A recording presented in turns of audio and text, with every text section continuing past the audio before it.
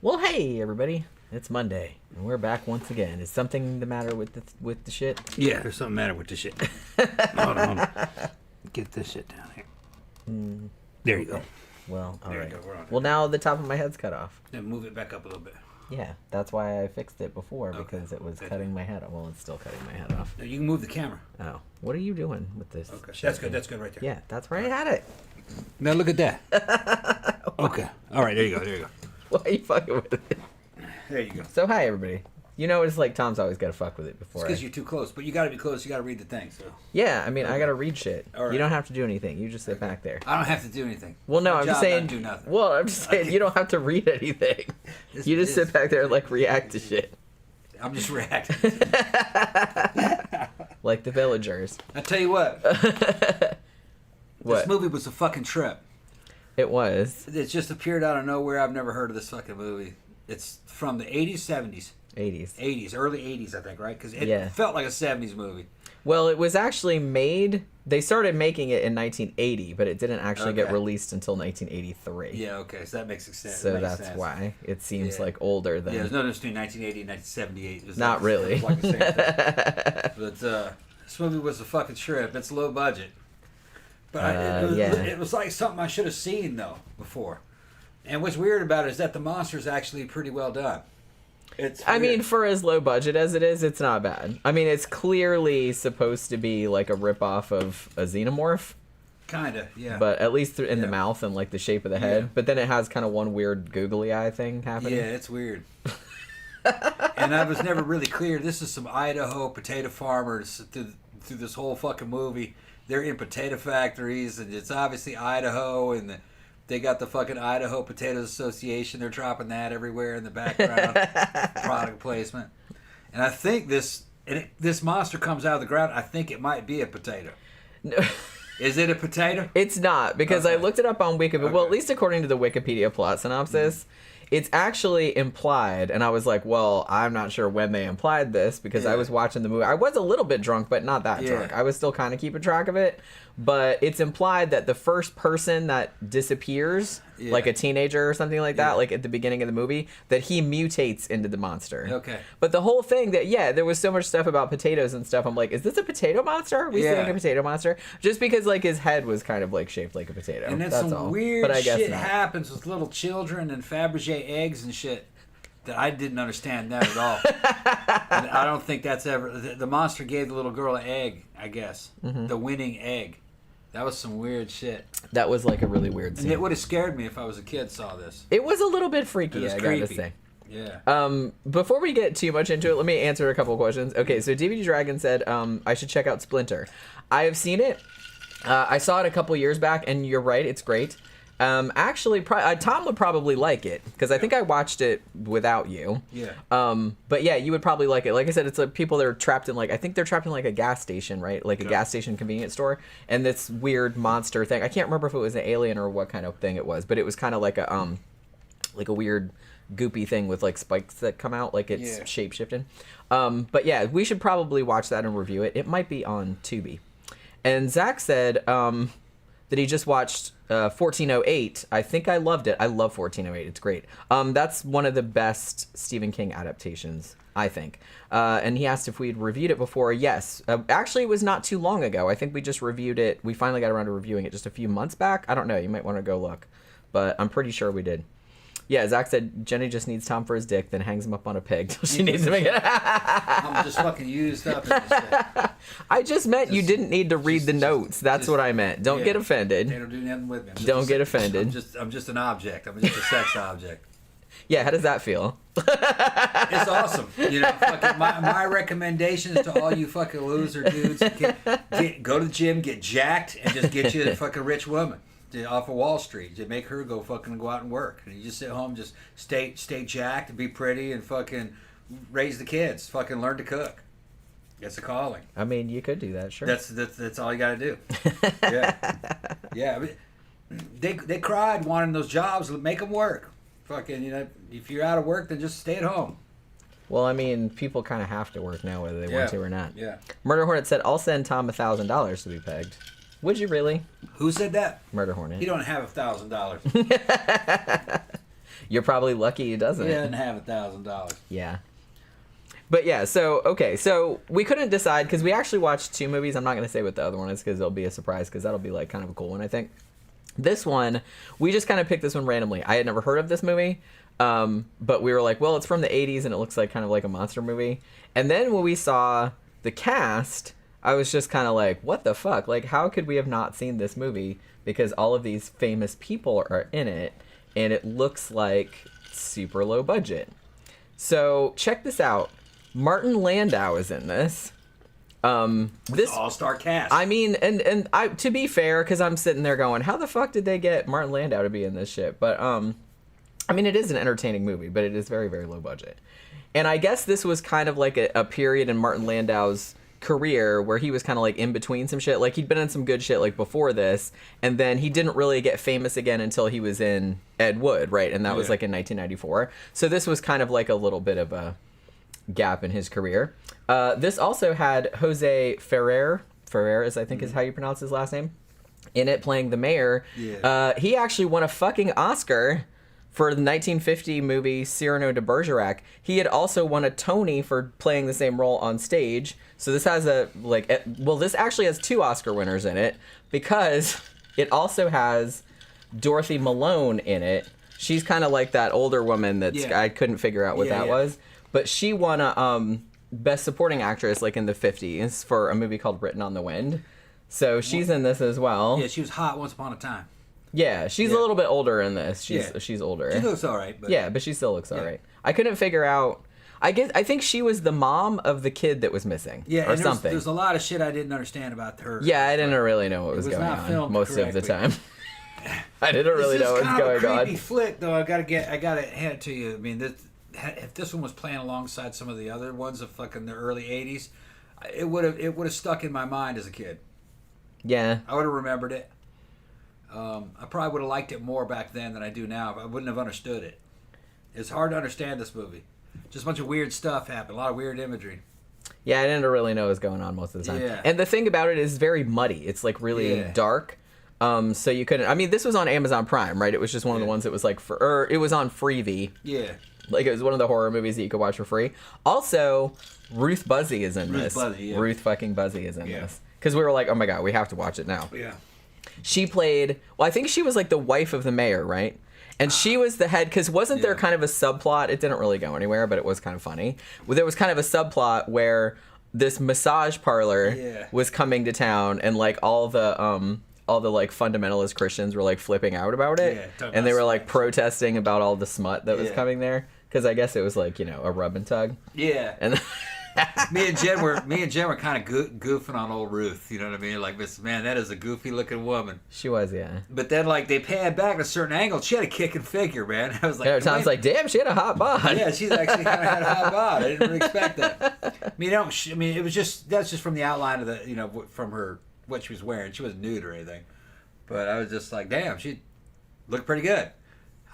But she's, if you know who Ruth Buzzy is, some of you guys may be too young to like know who that is. She's more of what they used to call back in the day a comedian, which was a female comedian. Now they just call her a comedian. Well, yeah, because a comedian doesn't imply gender. It's just someone who does comedy. Right. They call her a comedian. She was in a lot of television shows like. She did one with fucking Jim Neighbors where they played alien robots. Remember that for little kids? Yeah, I kind of remember that. I forgot what that was called. What the fuck was the name of that shit? I don't know. She was shooting a laser out her elbow. It was goofy fucking shit. Sid and Marty Krofft. 70s, yeah. Sid and Marty Krofft shit. And then she was also like, if I remember correctly, she was on the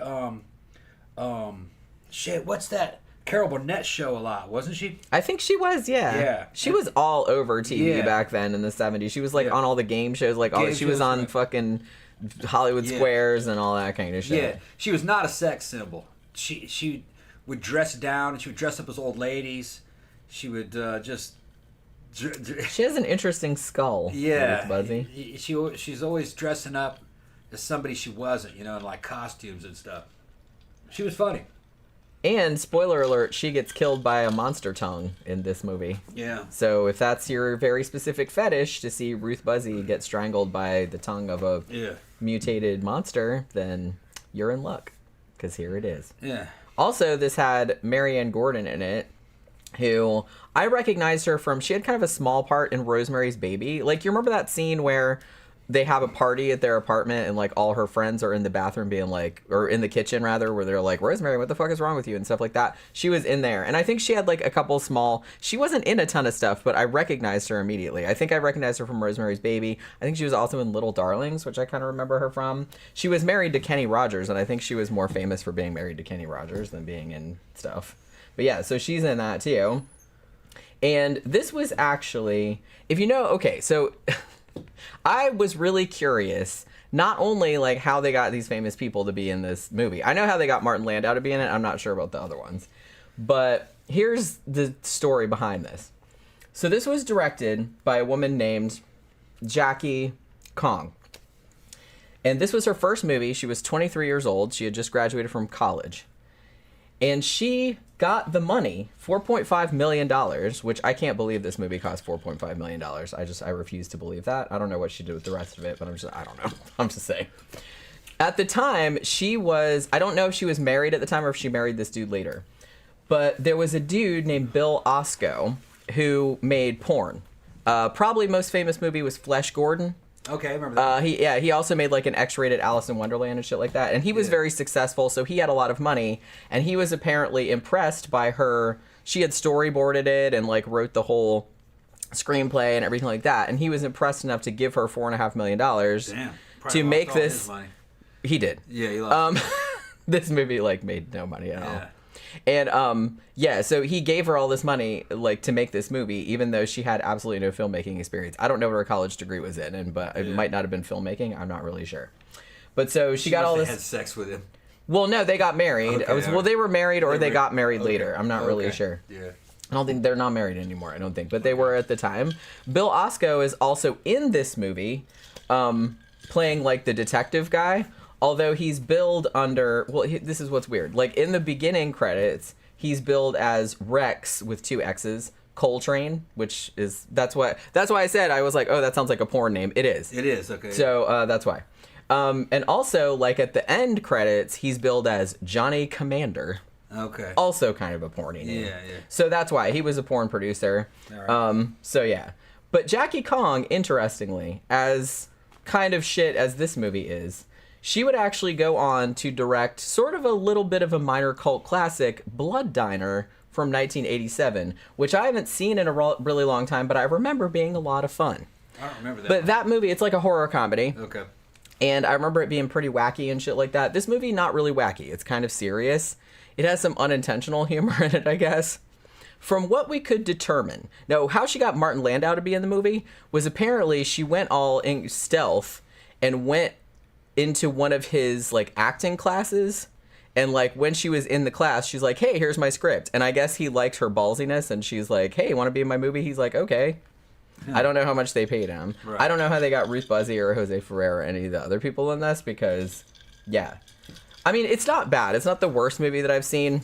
I mean, like I said, I'm real into like MST and Riff Tracks and stuff, and they find some real shitty movies for that show. So this is Riff Tracks worthy for sure, but it's far from the worst thing I've ever seen. It's mostly coherent, but we couldn't really figure out what was going on most of the time. It was at least it was entertaining. But it was entertaining. Yeah, I will say that. It wasn't boring.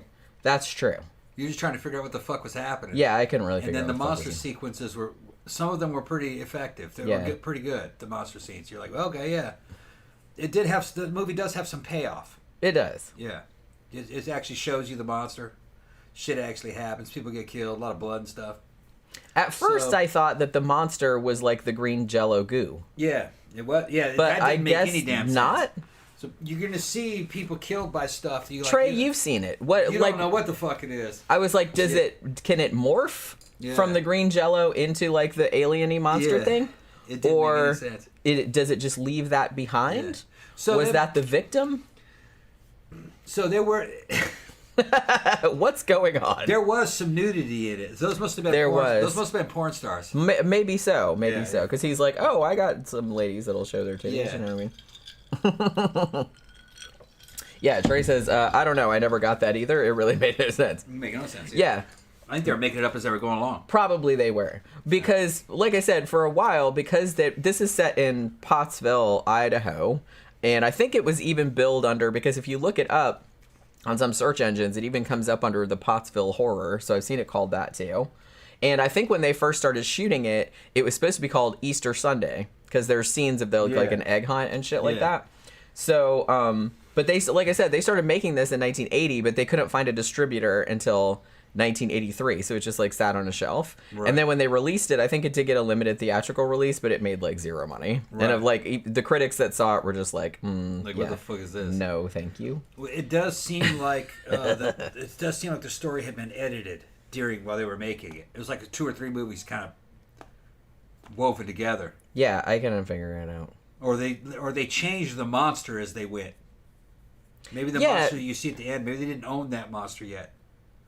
And then they just like they kind of tacked it on like later on. It might have been something like that. Because I will say that for a movie of this budget and level, the monster is not bad. Like I said, you can tell that they were trying to kind of make it look sort of like a xenomorph, kind of, but with the person. He's kind like of a potato head. Like, yeah. Well, I mean, that's why at first we thought, is this a mutated potato monster? Yeah. Because the thing about it, this is one of those movies that that it's like nuclear waste is causing the shit. Well, that's what's so funny. And so when Martin Landau first shows up in the movie, he's actually on the TV, and I said, is this the only time that he's going to show up? He's like, I'm just going to show up like on the TV. Like he's not going to be actually in the movie, but he is actually in the movie. Yeah. Like he's a fairly major role.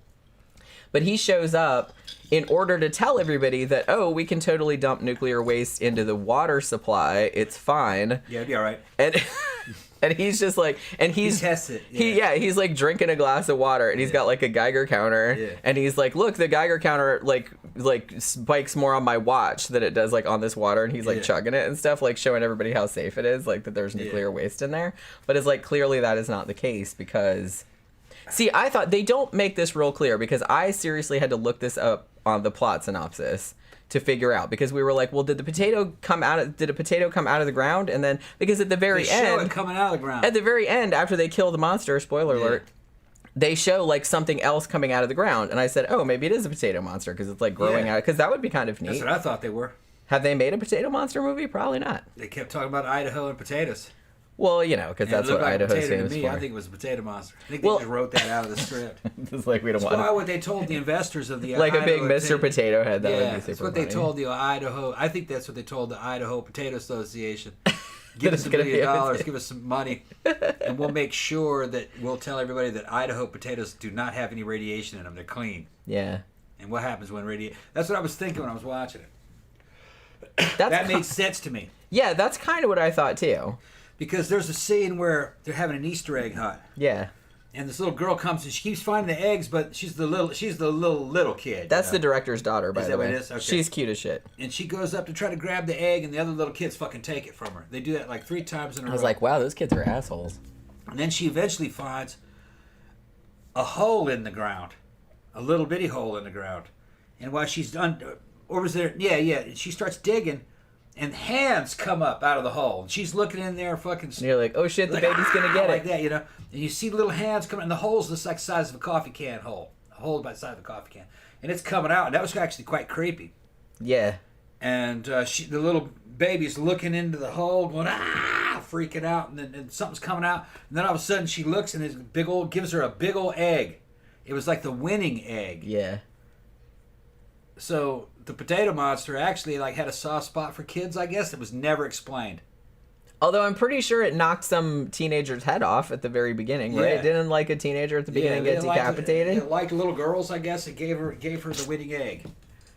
Or that's the way. I don't know. He saw the movie. Who was it that saw the movie? Trey. Is that how he's like, I don't know. Is that how he doesn't know? Says, I don't know.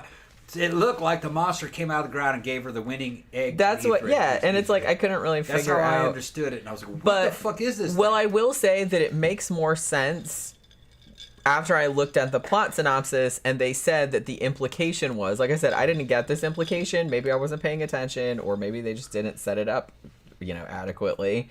Was that the first person that disappeared was the person that got mutated by the nuclear waste and turned into what we thought was the potato monster. Yeah. So maybe the guy that did that, maybe they were trying to show that he still had some humanity left in there, and he knew that baby. I don't know. You know what I mean? So maybe that's what it was. Maybe I'm thinking about it like way more than anybody else involved in this movie understand. did. That's for sure. Yeah. Like, I don't know. It killed the cop. It killed a lot of people. Killed the cop by coming through the back seat, and then it just looked like a spike, or was it a hand? It was like, or something. You never see it. You just see the hand go through his chest in the back. It was pretty lame. Yeah, that's right, from the back. Yeah. Yeah, because Tom's sitting there going, well, that wouldn't work in real life. Yeah, I'm like, the hand would just push you obviously. forward. Yeah, you would just go, what are you trying to do exactly? It's not sharp enough Monster. to cut through somebody. Yeah, I was like, unless he was going super fast or it wasn't going fast. Or his hand was a samurai sword. Yeah, it just pushed through him. It's quite a movie. It's kind of interesting. It's quite a flick. High Desert said this movie sounds boring as hell. It's not boring. It's not really. I mean, parts. Okay, I will admit that parts of it are boring. Like there are some scenes where people are just kind of like wandering around, and I will say that the porn producer guy who he's not like the main role, but he's like a main role. Let's just say he's probably a better producer than an actor. Let's put it that way. He's very charisma free. All right. Charisma free. Yeah. So the scenes with him where he's just basically staring blankly at the camera and things like that are actually kind of funny. But yeah, he's not. Oh, another thing that I heard, I don't know if this is true or not, but apparently the director Jackie Kong, she was friends with another like quite famous actor, Harry Dean Stanton, and he was supposed to be in the movie, but old porn producer guy Bill Osco was like, no, I guess it was contingent upon him being in the movie, like to give her the money to make the movie. The movie to me had a nostalgic tone. Yeah. It did have some creepy imagery, and if you grew up from this time, you kind of remember this world a little bit. In the 80s. And the movie overall reminded me of a better version of maybe like Giant Spider Invasion. If you ever seen Giant Spider Invasion. Yeah. It's better than that. Although that movie is entertaining as fuck. Yeah, that movie's fucking fun because to watch. It's fucking terrible. Yeah, it's fun to watch. But it's hilarious. Yeah, this one isn't as bad as Giant Spider Invasion. No. But it kind of reminded me of Giant Spider Invasion, but with a better payoff. It's got a better monster in it. Yeah, the monster does look better. Yeah. Well, I mean, Giant Spider Invasion, the monster is like clearly a Volkswagen Beetle with clearly fur a car. on it. With legs sticking out. Yeah, it's clearly a car with a spider on the roof, the big legs sticking out. It's fucking hilarious. Well, it's a float, basically. Yeah, that's what I was thinking. It's a spider. Float. It's a spider float. It's a float. Yeah. You know what? Giant Spider Invasion, though, to its credit, that is one of my favorite Mystery Science Theater episodes, and one of my favorite lines in the whole thing is just when the spider is eating somebody, and Servo says, does it matter that he's cramming that guy up his butt? Yeah. Because it looks like the spider is eating the people with its ass. It's great.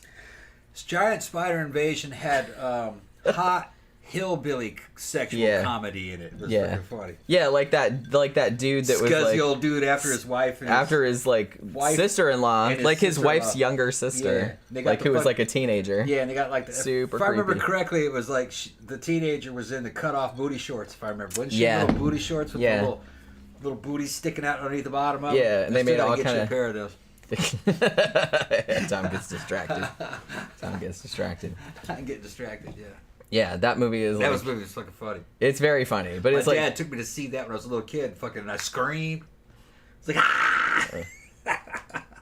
Now I will say. What year was that? 1970. Ooh, I can't remember.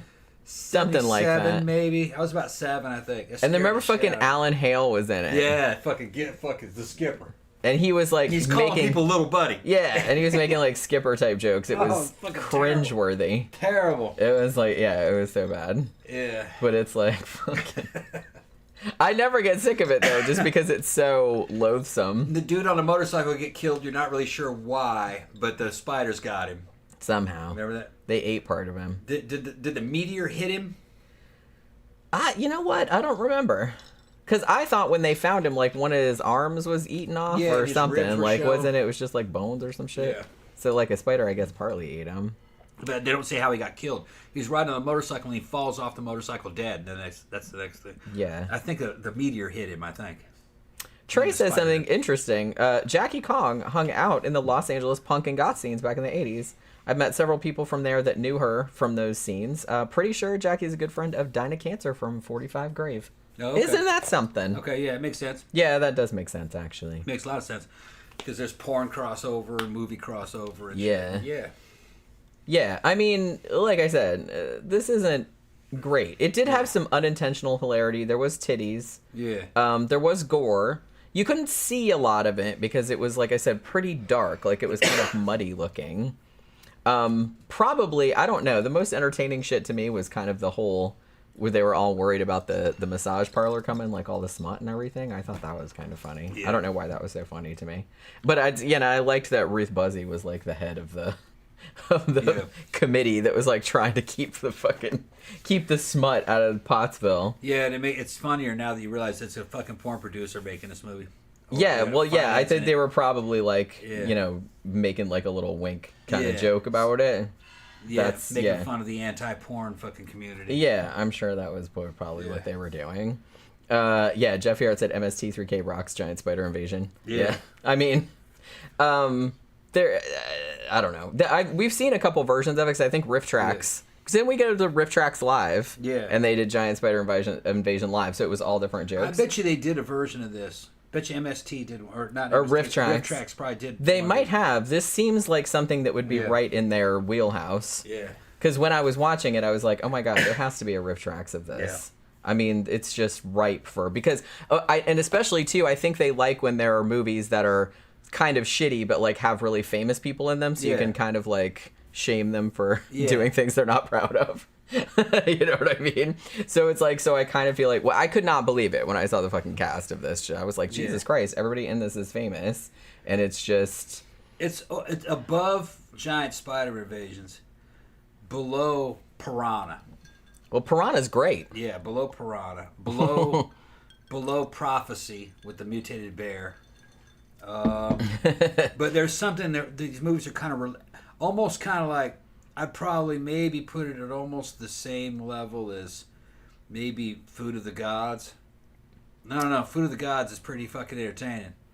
They're shooting rats with BB guns live on fucking... I did a video about that. Yeah. I did a video about it. I did Food of the Gods and Empire of the Ants over on my Scare Salon channel. Yeah. And I had forgotten Food of the Gods is like just, audaciously terrible. Yeah. So it's very entertaining, but I had forgotten about all the animal cruelty in there. I'm pretty sure they really shot some rats and really drowned some rats also, so that was like pretty upsetting. Yeah. I did not love rats that. Rats are vermin, but you shouldn't shoot them for fucking entertainment to put them on film. No, that's fucked up. Horrible. That's fucked up. I can understand trapping them and fucking killing them, fucking with rat traps and shit. Get them out of your house because they're a nuisance. But this whole idea of fucking killing any kind of animal for a movie, entertainment is just not right. Up. Yeah, maybe the exception of fucking cockroaches. Yeah, I don't care about that. But it's like, other than that, I just like, I don't even like them to kill like caterpillars or butterflies or anything like. So it's not just bugs. It's like, I don't mind. And I don't like, and I think remember, it was the William Shatner one, Kingdom of the Spiders? Yeah. Pretty sure they killed some tarantulas in that. And I did not like that either. I did not like that either. So, I did a video over on Scare Salon about Food of the Gods and Empire of the Ants. So, Food of the Gods is a lot more entertaining. Empire of the Ants is funny at the beginning and funny at the end, but then in the middle is like super boring because it's just mostly them like going around in a boat, like trying to get away from the ants. You know what I mean? Trying to get away from all the process shots of ants. But I don't know. There's something about those 70s movies that had once famous people in them that are like doing in these terrible, terrible movies. Yeah. There's something kind of like comforting and hilarious about that. So it's like, I feel bad for them, but it's just kind of like one of those fucking movies is a classic, and it made that woman famous, more famous than any of her good work, and that's fucking Friday the 13th Part 1, Mrs. Voorhees. Yeah. She was actually that was a very famous actress. Yeah. Who was past her date. Yeah. And she made an entire living off going to horror cons to just talk about being on Friday the 13th. And she didn't want to do the movie, really just thought the thing was just a piece of shit. Her career was over. And she said she never would have guessed that she would be remembered for that role. And not any of that. And not any of the other shit that she did, but she did a bunch of cool shit. But it's all forgotten. Because her fans were normies. Mainstream normies. And they don't remember you for very long. And then all those normies were older than her. They all died. Yeah. But her horror fans were younger than her. So when she was an old lady, they were coming fucking taking care of her and giving her money at the horror cons just to do interviews with her. And honestly, horror fans, if you're in, like, they will remember you forever. Yeah. Yep. Like I said, like, people that are into horror are still, like, into fucking Boris Karloff and Bela Lugosi and shit like that. Yeah. You know what I mean? That was, like, those movies came out, like, almost a century ago. Yeah. And people are still watching those. Yep. So there's really not a lot of other genres that have that kind of staying power. If you got a horror following or a sci-fi following, like Star Trek or Star Wars, yeah, you can go to conventions for the rest of your life. Yeah, that's what I'm saying. Because they're, like, the most loyal fans. They're the most sit into down it. and chat with you for $100 an hour. Yeah. Yeah. That's what I'm saying. It's just kind of like, I can't really think of any other genre that's like that. And it's just funny to me that, like, I get it, like, why actors maybe don't want to do horror. Yeah. If they don't like it or something like that. But I was like, they're like, oh man, I don't want to do a horror movie and blah de blah. But I'm like, you probably should, because if it's successful, even in a cult way, then yeah, you'll be remembered. 30 years from now, people will still be going to conventions to get your autograph. The only hard thing about horror today is that it's hard to stand out and be remembered now because there's so many. There's so many, yeah. But in the 70s and the 80s, it was a lot easier. So in the 60s, also a lot easier to make an impression. There weren't as many movies. Yeah. Samantha said, "Did you guys see Cocaine Bear?" Yes, we did. Yeah. I don't think we reviewed it though, did we? No, I thought it was okay. Yeah, it was pretty good. Yeah. It was pretty entertaining, but I think we were gonna review it, but then we watched something else and ended up reviewing that instead. But we just watched it for shits and giggles. It didn't make a huge impression on me. Yeah, like it was funny, but it wasn't like hilarious. It didn't really. You know what I mean? It didn't really tickle my fancy. Yeah, Murder Hornet said, "I will never watch Cannibal Holocaust." Yeah. I mean, I like that movie. It's very influential because it was kind of the first found footage movie, but it's just like, it's a rough watch. And honestly, I'm not real big into censorship and shit like that, but I really don't blame the UK for cutting all the animal cruelty out.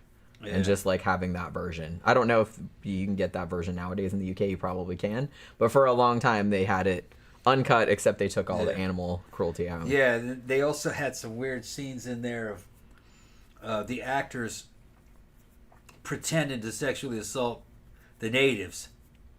Yeah, and that's in there too. Yeah, and the natives went along with it. They're like, yeah, we can do that, but still, it's rough to watch, man. Yeah, it's a little bit, a little bit questionable. Yeah, it's tacky. It is. What's tacky is that they're doing it to be tacky.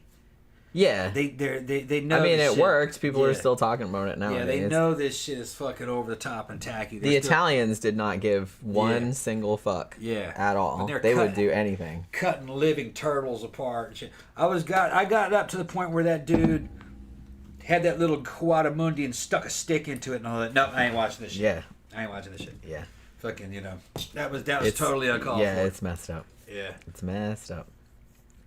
Like I said. Fucking Italians. Yeah. They would. And if you know what a Quadamundi is, it's like a little squirrel-looking thing, or like a little possum. It looks like a possum. It looks like a little miniature possum. Yeah. And it was a friendly little creature. You know what I mean? And it's just, oh no, I ain't watching that shit. Yeah, that's messed up. Yeah. Look, it wasn't even a sharp stick. Not really. I mean, you guys know I don't even like when they kill animals like fake. In movies, like it's like, why you gotta kill the cat or the dog? Like, knock it off. And I was like, I know it's not real, but it's just kind of like, it's still upsetting. Mm-hmm. So it's like much less watching a real one get killed. So yeah, Food of the Gods. Even though when they were doing stuff with the rats, I was like, yeah, no, I don't like this at all. Yeah, and I had forgotten about that. Slow motion shot of rats on top of a little miniature house to make the rats look huge, like but really big. Yeah. And they had slowed them. They had slowed them down to make them look bigger. They slowed the film down in kind of slow motion, and I think in screen, they're showing guys who are much smaller than them in scale with the house, shooting at the rats with rifles. And they do a close-up on the rats, and you can see a slow-motion shot. And I know what I'm seeing. I see a slow-motion shot of a fucking air pellet from an air gun go through the damn rat's head. And he shot through a couple, and the rats were like, "Whoa, what the fuck is going on?" You know, the rats' reactions are like, "Wow," you know, because it's a whole mass of rats. Yeah. They were like, "Wait, they were just feeding us a few minutes ago. What's going on?" You know what I mean? Yeah, it's like, you guys are like, jerks. "Oh man, Yeah. I didn't like that." No, I don't like that. You either. know. And I had forgotten because I saw that movie a bunch of times Yeah. in the 70s and the 80s when I was a kid, Yeah. and I had forgotten all about that. I killed a bunch of animals, a bunch of deer, squirrels and shit, but ate everything I killed pretty much, except for the turtles, the snapping turtles. You just sometimes get paid to damn exterminate snapping turtles out of the damn fish ponds. You know, that's about it. You know, but most of the shit that I killed was food. Now, somebody on here said that they figured out how to make snapping turtle taste good, but Yeah. man, for us it was kind of like really bad, dry, muddy alligator tail. That's what it tasted like, real nasty. Couldn't get it to taste right. Got to be a way though, I guess. Trey says the punk band Elvis Hitler is in Blood Diner. Yeah, that's right. And I think 45 Grave had a song on the soundtrack. Yeah, that's right too. Yeah, 45 Grave also had a song on Return of the Living Dead soundtrack, right? When it party time. Mm-hmm. That famous scene of Linnea Quigley dancing on the gravestone. Yeah. Yeah. That was a 45 Grave song. She was smoking hot.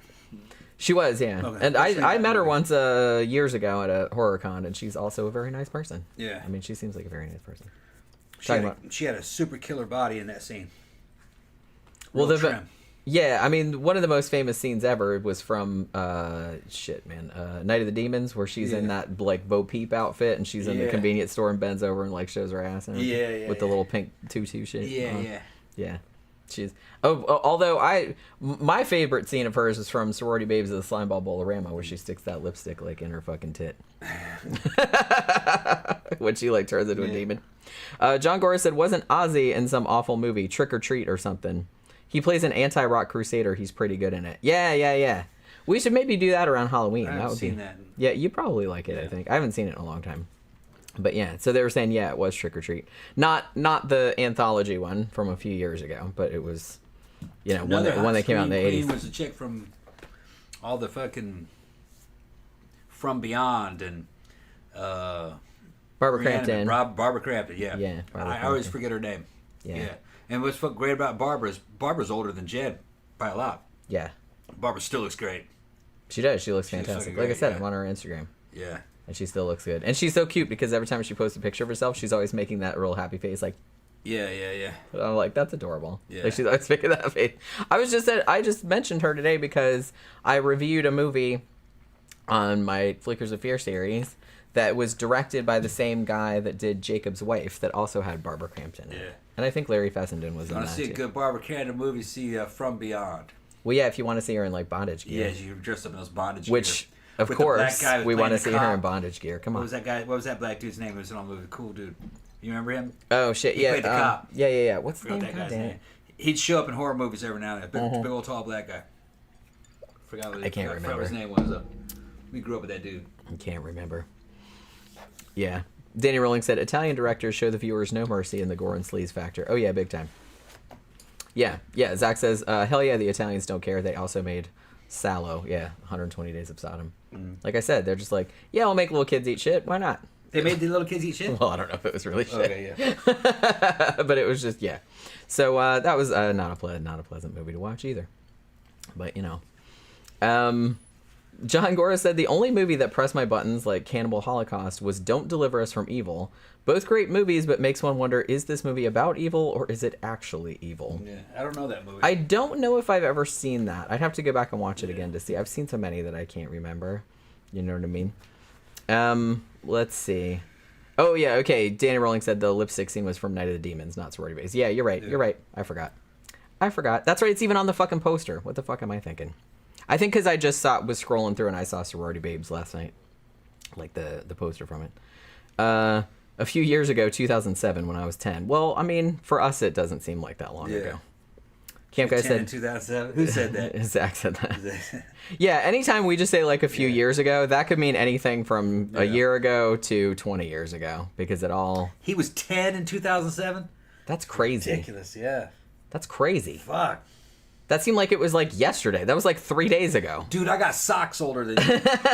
He does. I do too. Fuck. I think. I got a sweater fucking a lot older than you, man. Yeah. I got a sweater from fucking 95 rolling around here. Black sweater with fucking white skulls going across the front of it. I like that sweater. I haven't worn that in forever. That shit's so Hot Topic. It is, but I like it, though. I think I've worn it a couple of times. Yeah. Camp Guy said Barbara Crampton is hot as fuck. She is, yeah, I agree. Ken Forey, that's his name. That's right. Yeah, the cop? Yeah. Yeah. What he was in the he was in the Night of the Living Dead remake too, I think right? he was, yeah. The one that Tom Savini made, which is actually not bad. He would show up in horror movies a lot. And I never knew his name, but you'd recognize him when you see him and everybody go, "Oh, him." Yeah. Yeah, he was that guy. Danny Rolling said, "What are some of the cases you're going to do for Wednesday's show?" Oh, that's right. So Wednesday's show, Tom will be excited about this. We're going to talk about poltergeist cases that have older people as focuses. Okay. So one we're going to do, I know for sure we're going to do the Atlanta Blood poltergeist. Okay. We might talk about Don Decker because I think we had done a show about him before, but I guess we didn't. Like, I didn't see it when we... No, we're going to do Donnie Decker. We'll do him, and then there was one we might do. There was a poltergeist case in Miami that happened like at a warehouse. Yeah. Where the focus was like an older guy that worked there, and there was one, I can't remember their names, but it took place in the 60s, and there was a teenager in the house, but they don't think that she was the focus. They thought it was like the older woman, because it was like a grandma and a mom, right, and the daughter, and all kind of crazy shit happened there, like broken glass and all this kind of stuff. It's gonna so yeah, I think it's like 4 cases that I wrote down. Okay. That we're gonna do. So tomorrow. Yeah. Yeah. So yeah, that should be fun. We always like to do the paranormal shows because they don't. Like I said, I like doing the true crime shows, but it's kind of more fun to do the paranormal ones because you don't feel as bad. You don't feel as bad, like making jokes and stuff like that. You know what I mean? Yeah. All right. Nobody dies in them. Nobody dies in them. Well, yeah, most of the time, other than maybe the people that are haunting the people. Right. They're dead, but that's okay. All right. So I guess we're going to wrap it up. Like I said. Wednesday night we're going to do a poltergeist show, so that should be a lot of fun. So hopefully you guys can come by for that. Like I said, if you want to watch this movie, I don't know why you would, but it's kind of entertaining. I can kind of recommend it for what it is. It's on Amazon Prime. I think it's on the Freevee thing, so you can watch it free with ads. I'm pretty sure that that's where we watched it.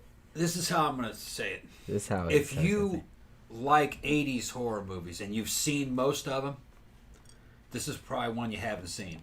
All right. It's not better than the ones you've already seen, okay? But it's not as bad. Yeah, no one's saying that. We're not saying that, okay? But it's not as bad as some of the ones that you've seen from the 80s, too. Right. So it's another nostalgic trip back. Or if you're a young person, you just like 80s horror, this is another fucking weird-ass fucking kind of an abomination. But it does have payoff. It's got a good monster. Yeah, it's a decent monster. It's got a good payoff for as cheap as this movie was. And like I said, if you like Blood Diner was a lot better than this one. But if you want to see the first movie that the woman that made Blood Diner made, then this is the first one that she made. Trey's seen it, huh? Would you say the same, Trey? Yeah, I mean, he didn't know what was going on either. But he said it had been a while since he'd seen it. It had been a while since he'd seen it. Okay. Yeah, so you can see it for free now. Yeah. And that's frankly, that's all I'd pay for. Yeah, I don't think I paid it. I think I'd have been mad if I'd have paid like $2.99 to rent this. That's what I'm saying. But yeah. All right, so we're going to wrap it up. Hopefully you guys enjoyed the show. We will see you guys again on Wednesday night.